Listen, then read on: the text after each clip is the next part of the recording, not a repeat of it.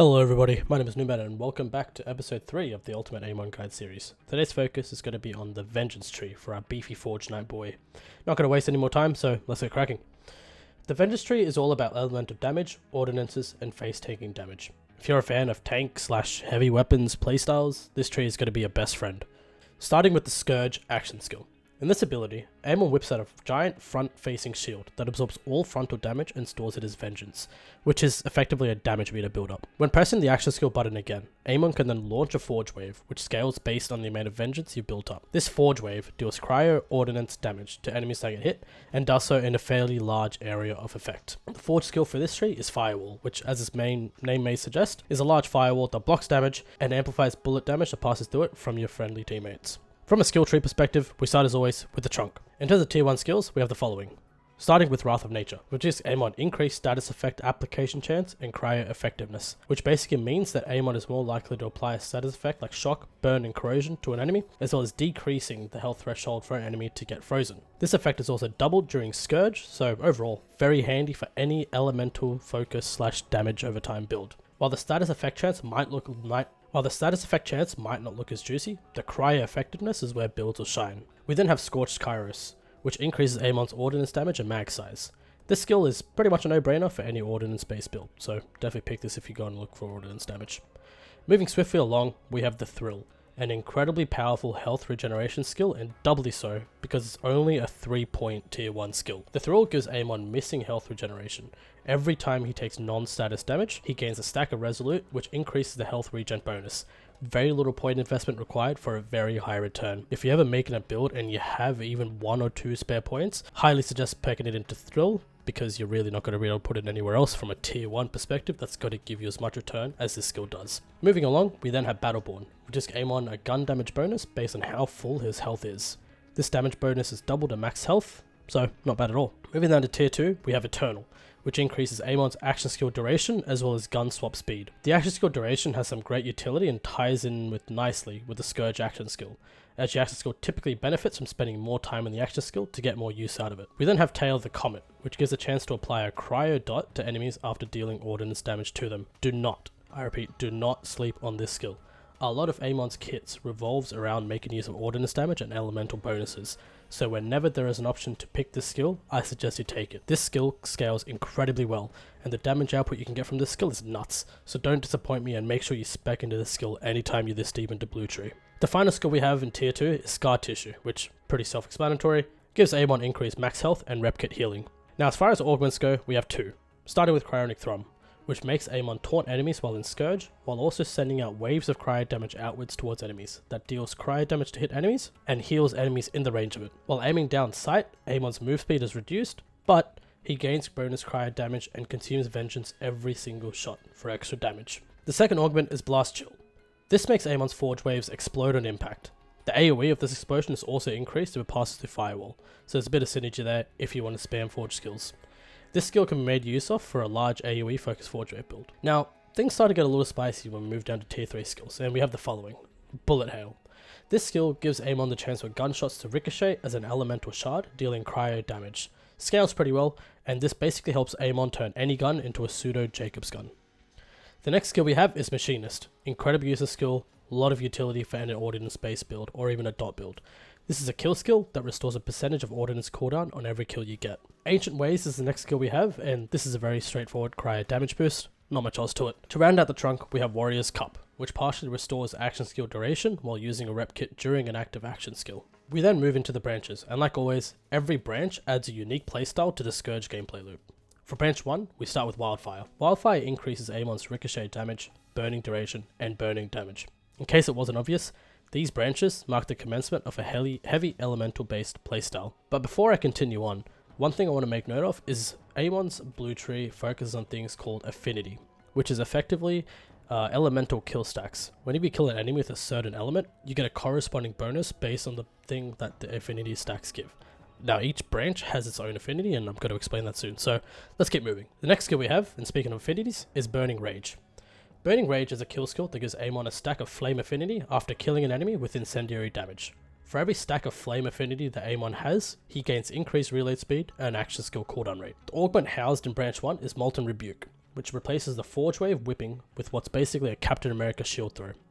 Amon consumes all stacks of vengeance that has been built up to then toss the shield at enemies, which deals incendiary ordnance damage and ricochets between enemies. The amount of ricochets is based on how much vengeance is built up prior to throwing the shield.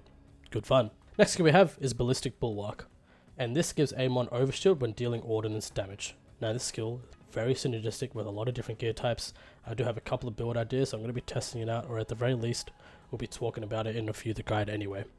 But bear in mind, Forge Waves deal ordnance damage, so this means that whip spamming can keep an overshield bar for Amon topped up while he's doing it, which helps with overall survivability. But even if you forego the whip spamming, ordnance damage can do this too, so any sort of grenade, knife, or rockets, or even miniguns can proc this as well. Next, we have Disco Infernus, which gives increased fire rate for a short duration after setting an enemy on fire, and keep in mind that this skill can also stack. We then have Worldbreaker, and this would start to form the crux of a slam based build if that tickles your fancy. Whenever Amon slams the ground, he consumes all flame affinity stacks to create a flame fissure in front of him, which deals large amounts of incendiary melee damage to all enemies that were hit. We then have a skill following this, in the form of Cooling Mantle, which is a kill skill that partially reduces Worldbreaker cooldown, so you can keep slamming and jamming. For the capstone, we have Ring of Frostfire. This turns the Firewall Forge skill into a ring of frost and fire. Any enemies trapped inside the ring will be dealt fire damage, and any enemies that pass through the ring will be hit by cryo damage. Any friendly projectiles passing through the ring wall will receive a damage boost and projectile speed boost as well. So this is a very useful utility skill to pick up if you want to play a bit of a co-op support type role in your squad. For branch 2, we start with Icy Rage, the next affinity skill off the rank, and this one stacks upon killing enemies with cryo damage. For every stack of cryo affinity Amon has, he gains increased gun damage. For the augment, we have my personal favourite in this tree, Eternal Winter. Forge Waves now partially restores Scourge duration every time you damage your enemies with them, and can be activated 3 times in a row, with the third swing doing a big strong attack that deals increased damage and doesn't consume vengeance. So if you're looking for a Forge Wave spamming build, you absolutely need this augment locked in and slotted. We then move on to Northern Winter, which gives Amon a chance to apply a slowdown debuff to enemies on crit. The chance for the slow effect is doubled during your action skill, and this skill is somewhat useful if you're looking for a way to apply mass crowd control into a mobbing situation, but there's also a few other places you can probably slot your skill points into to get better returns, but nonetheless, decent skill to have. After this, we have Age of Ice, an incredibly powerful skill that increases your damage to frozen enemies. Powerful utility, and if you're running your cryo build and freezing enemies consistently, this skill is a free damage boost for you. Primal Surge is next up, and this gives Amon a chance to restore shield and ammo every time he applies a status effect. Pretty straightforward. Winter's Kiss, this furthers a ricochet / projectile spawning gameplay loop. This skill gives Amon the ability to spawn a Seeking Cryo Shard every time Amon deals ordnance damage. However, each Cryo Shard spawned consumes 1 stack of Cryo Affinity, so you best be racking up those stacks of Cryo Affinity or this skill will fall flat. We then have Chroming Shard, which gives your Elemental Shards a chance to ricochet. In case this wasn't obvious already, this branch is pretty heavily focused on ricochets and spawning additional projectiles. As for the capstone, we have Glacial Rupture. Glacial Rupture makes Amon swing and slam his Forge Whips, dealing cryo ordnance damage to nearby enemies, and then creating a cryo fissure that deals ordnance damage and leaves behind a cryo hazard for a duration. In this context, a cryo hazard is basically a cryo area of effect. So now we've made it to the final branch, and we have some fairly handy shock-based skills for some electrifying gameplay. Starting this branch off strong, we have Blackout, which gives ordnance damage attached to crit. And for an added bonus, every time your ordnance crits, it shocks the enemy to add damage over time to said enemy. This skill, incredible power, incredible utility. But, much like Raging Inferno in the Cybernetic skill tree, this skill is also bugged. Even at 5 out of 5 bonus, you still only get the 1 out of 5 bonus. So while this skill is very useful, it's still a bit bugged. Any build that maxes this out, it's got to increase in power massively once the skill is fixed. Nonetheless, still don't sleep on this skill. Very useful, and being able to crit with ordnance is a huge damage boost nonetheless. For the augment, we have Stormlance, yet another very fun augment that Amon has access to. Stormlance is the Vengeance Tree's answer to Forge Axes, and gives Amon Forge Spears that can be thrown to deal shock ordnance damage on impact. And much like the Crucible Axes, every enemy hit by the Forge Spears are primed for a duration, and will detonate when damaged by a Forge skill. As an additional way to trigger detonations, critical hits from guns can also detonate a primed enemy, but the resultant damage is reduced as a result. Next up, we have Thunderous Rage.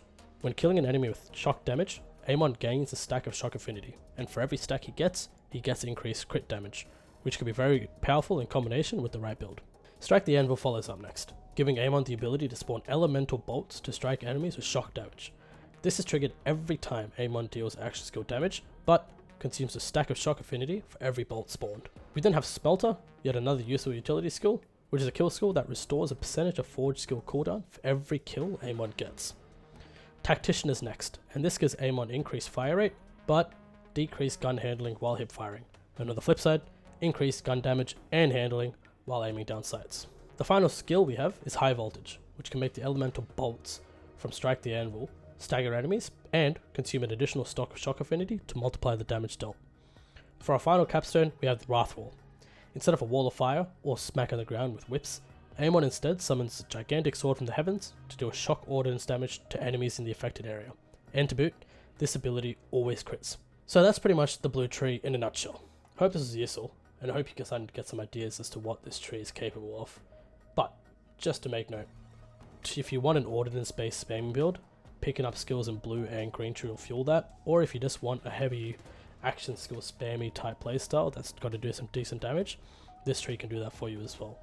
But, with that all said and done, hope you guys found this guys useful, and as I mentioned, I'll be covering the Calamity tree next, so stay tuned and I'll catch you all soon. See ya.